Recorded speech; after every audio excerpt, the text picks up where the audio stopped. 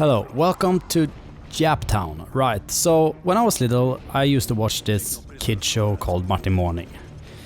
It was just a show where a kid woke up with a new ability each morning. That was the whole concept. Sometime he was a dragon, another time he was a mad genius. It was kind of weird, but what I'm trying to say is that he tried something new each day. I think that is something that all of us need to get better at, just trying new shit. We all have our patterns and habits. Doom scrolling is my hate object of late. I would like to set that nasty ass on fire. Please just reflect on the next time you doom scroll for yourself. Do you feel better or worse after you've done it? Myself, I always feel like crap, and like life is slowly running out of my hand like sand in an hourglass. Very poetic. But the same goes with habits like laying on the sofa, sheet eating, masturbating, procrastinate. Yeah, you know the type of shit. Habits that don't need any effort to get done, but also doesn't build any type of happiness or satisfaction in the long run. Perhaps you can do all these things and don't feel bad at all, or at least you can do them in moderation. And if that's the case, I think you already solved it. Congrats! But if you're anything like me, I bet you're just figuring it out like the rest of us.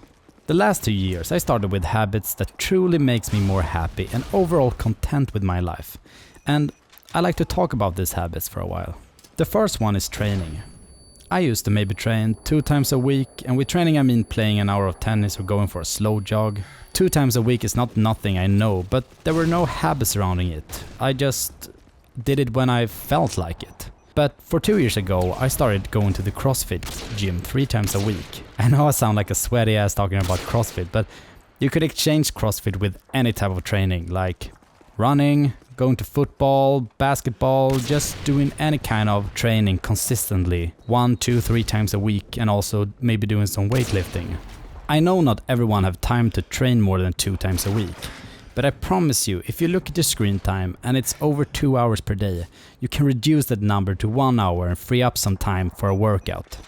Alright, so the second habit is slow-paced habit, doing boring stuff. This can be reading, cleaning, washing, walking, meditating, writing, painting. All these things that take a lot of time to get done and don't overflow your brain with dopamine. Let's be honest, our attention span is absolutely demolished. The only way to regain it is to start doing boring stuff. Funny thing is, after some time, I'll be honest, this took me about a year. The boring stuff starts feeling fun. Also, ban the phone from the bedroom, buy an alarm clock instead. When you feel the urge to doom scroll, have your journal ready and start writing a short story, a diary, or just sketch an ugly ass cat and letter it to your friend you haven't heard from in a year but that you miss. Cause the third and most important habit is to keep in touch with your friends. How you like to do this is up to you. I like going on walks with my friends, which often ends up in either of our apartments with some tea and a board game.